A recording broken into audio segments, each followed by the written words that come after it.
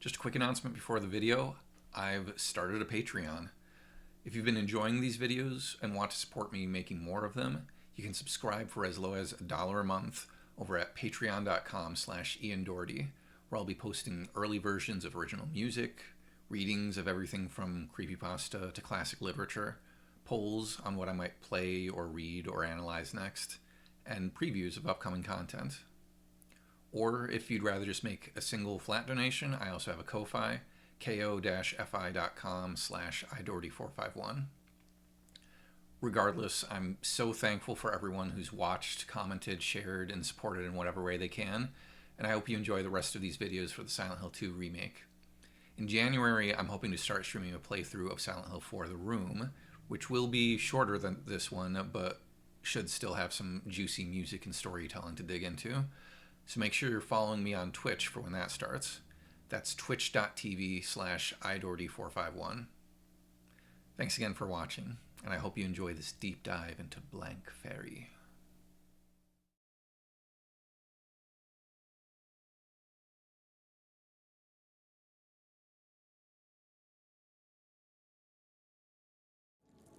So let's just sit in this mood for a little bit.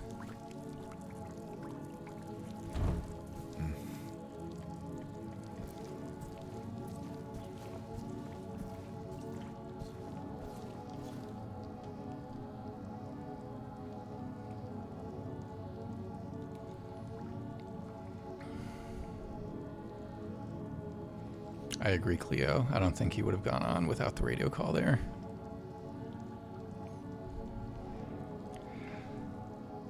So the piece of music that we are listening to right now has been lifted pretty much wholesale from the original. They didn't re-record it. In fact, I think they removed one of the more industrial sounding noises on this track on the original soundtrack.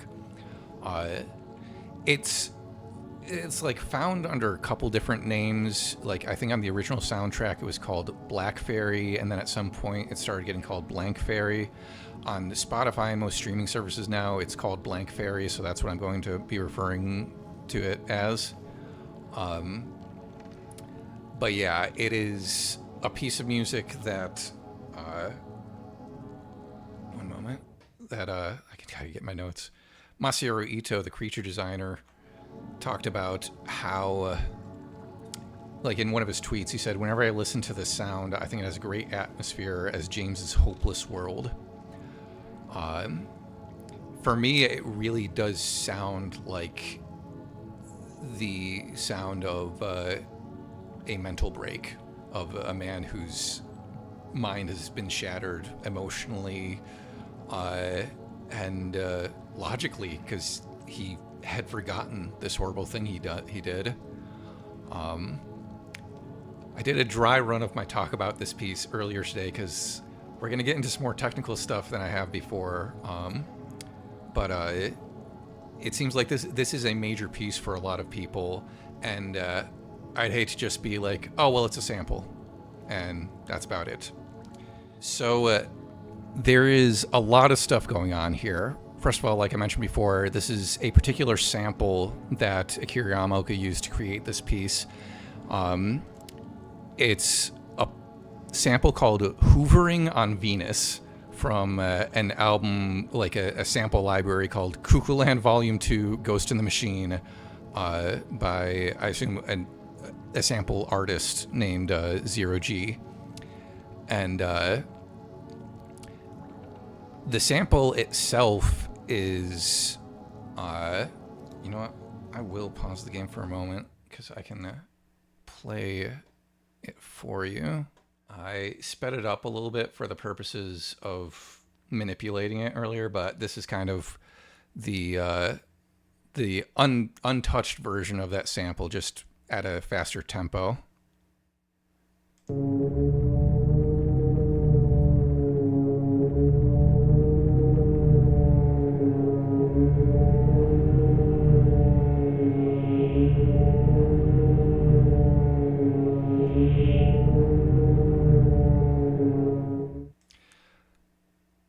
So that's creepy as fuck.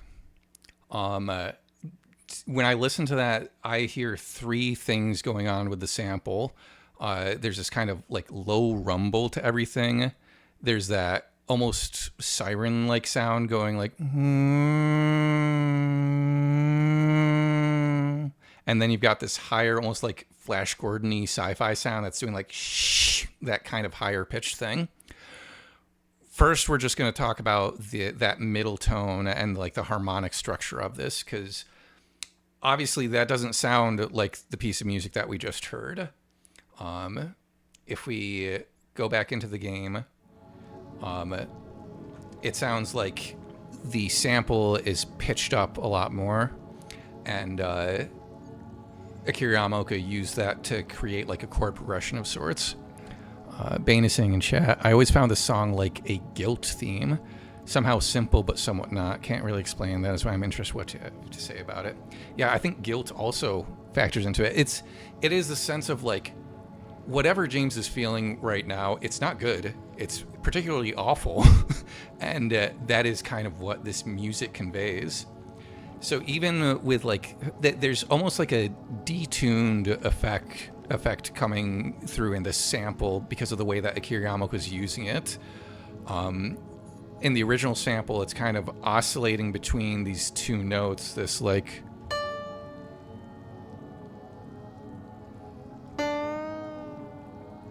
kind of back and forth like that.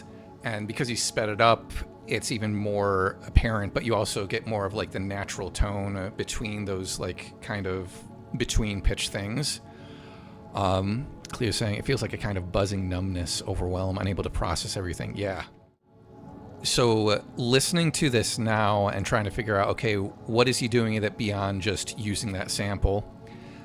I'm trying to key into just what notes am I hearing. I took ear training classes in college. I've spent much of my life trying to like figure stuff out on the piano after hearing it. And so I like to think that I've developed an ear for like picking out pitches. I don't have perfect pitch, but I have decent relative pitch. And so when I listen to this, it's slightly detuned, but I feel like we've got that over the top, which I kind of identified as like, if it's almost a D if you split the difference. And then you've got what sounds like chords underneath it. Like actually, if I pull down on the pitch bend a little bit, it's more in tune with whatever's in the game. So already this piece of music is not really like in a natural place in terms of like keyboard temperament or most instruments, the way that we keep things in tune in Western music. And then we're hearing these notes in the bottom, in the, like below that drone in the top. And what I'm hearing is a chord progression of sorts. And I'll try to wait for it to cycle back around and then show what chords I think I'm hearing on the piano, like using the piano. Okay, right here.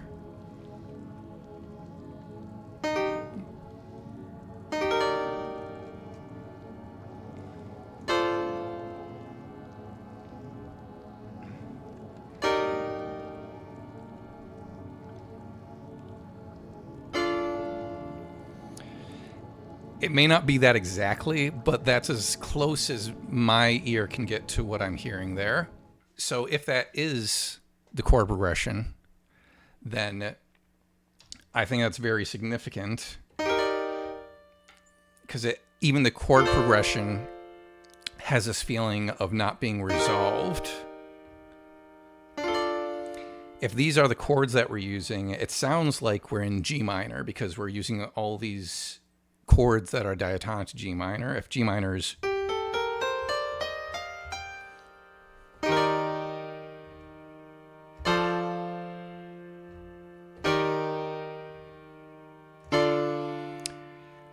and significantly, we never actually arrive at our G minor tonic. We're just going back and forth around these chords, and we keep coming back to this E flat major 7, which has this feeling of not being resolved.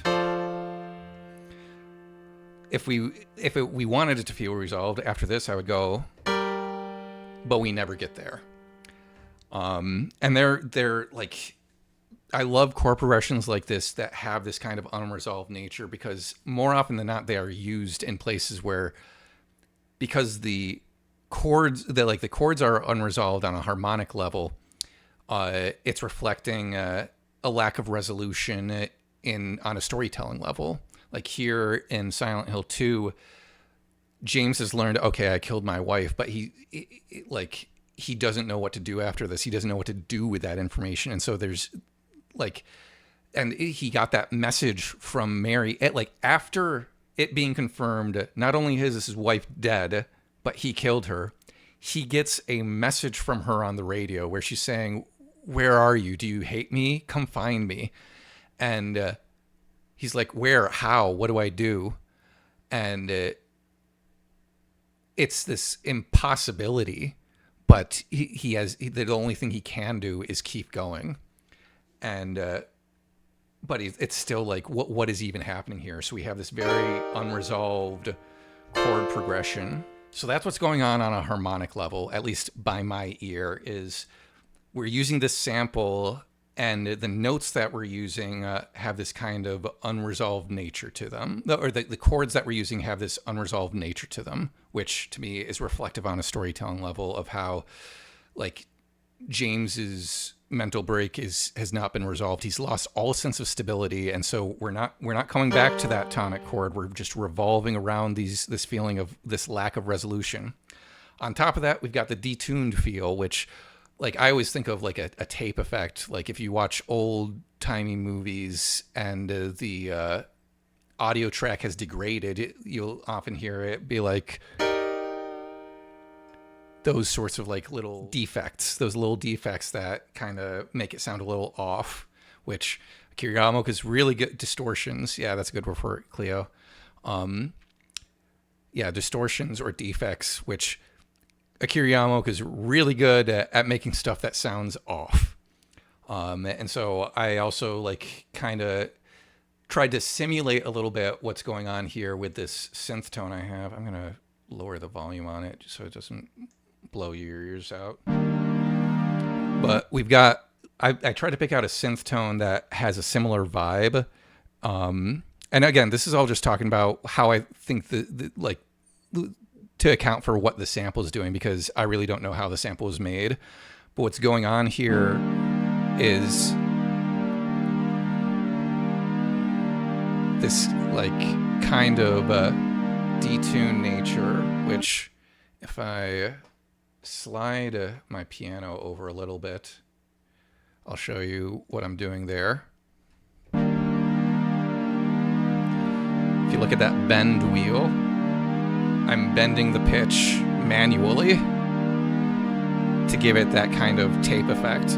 Another thing you can do with a synthesizer is a lot of synthesizers have a mod wheel like this one, and they can be programmed to do a bunch of different stuff, but one of the things that they can be programmed to do is add vibrato or pitch change like on a regular pace.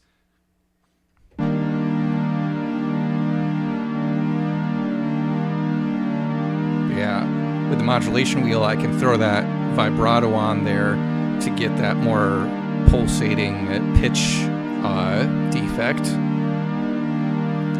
So that's my closest guess as to how we got that sound that's in the sample. Now we're going to get pretty technical. So, one of the things that I haven't really gotten too deep into on previous streams is, okay, Ian, you keep talking about how Akira Yamaoka uses samples to create stuff like this. What does that even mean? Well, to do that, I'm going to show you my whole DAW. I use Studio 17.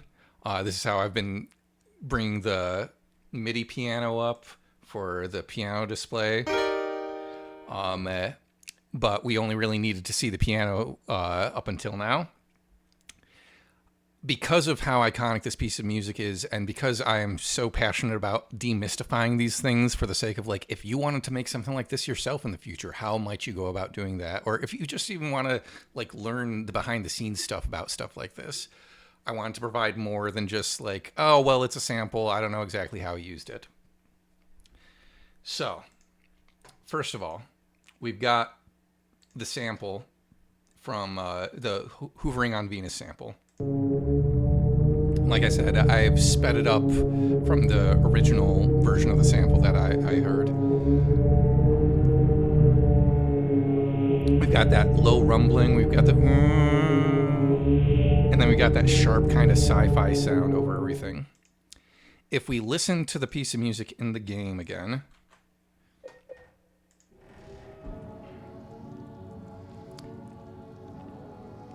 like I said, it's not just using it. Not only is it not just using like the sample on its own, it's spreading it out amongst multiple notes, but it's much faster, and you can kind of hear the sharpness of that sci-fi sound repeated in the loop of the sample that he's using. So I spent way too much time the other day trying to dial in what part of the sample he must have used. The closest I got, which I'm pretty confident in how I use this, or my selection, I don't think it's exactly it, but it's pretty close, was this little section here. So if I just play this loop here, we've got the drone, and we've got that sharpness, we've got the rumbling, but we don't have any of this stuff. Like the first half of this sample doesn't have the sci-fi noise, so I was like, it couldn't have come from there. But as we're listening to that looping, one of the things you'll notice is, like, every time it loops, you hear like a clipping noise, almost like, because it's not a seamless loop. So the way that I learned how to create a seamless loop is from this guy, Akash the Car. I went to a panel of his at a convention back in like 2013, and I still have his emails come every now and again, I think. And in one of his videos that he put up on YouTube, I think it was him that I watched, he showed how to create a seamless loopable sound. Basically what it involves is like taking the piece of audio that you want to loop, splitting it in half, and then taking the end of it and putting it first, and taking the first half of it, putting it second, and then creating a crossfade between the two. Because if they are split at this point, then we know that the end and the beginning are going to flow into each other. So we've just got to create a crossfade to get them to be seamless. So if we then move our loop here, and we just play this, I don't have it perfectly around that, so hold on. If I do this, then there we go. Now we don't have that little clipping sound as it loops. So then I take that, make it its own audio thing. I exported it to Audacity to do that, but there's probably a way to do it in Studio One. And then Studio One has this nice little function called Sample One, which is their sampling tool. So I hit send to new sample one, and that essentially turns it into a keyboard instrument. Now, any button I hit on this keyboard is going to play this loop, and it'll pitch it in reference to the sample that I originally had, where like we just heard the original. If I play it here, there it is. But if I play it down here, it's a lot lower in pitch, and it's also a lot slower. This is another thing I talked about with samples before, is typically when you're using a sample, unless you're using a program to specifically like change the pitch without changing tempo or vice versa, then changing the pitch of a sample is going to also change the speed of it, essentially, because it increases the frequency of the audio sample, which also increases pitch. And so that's why hearing it down here sounds like we're listening to it in slow motion, but hearing it up here, it's sounding that loop is happening on a quicker pace. Like you can even watch that line going across the middle, and it's moving across it faster in order to create the higher pitch. And so if we go back now to those pitches that I figured out for this piece of music, and we start with that drone at the top, and then we add in those chords beneath it.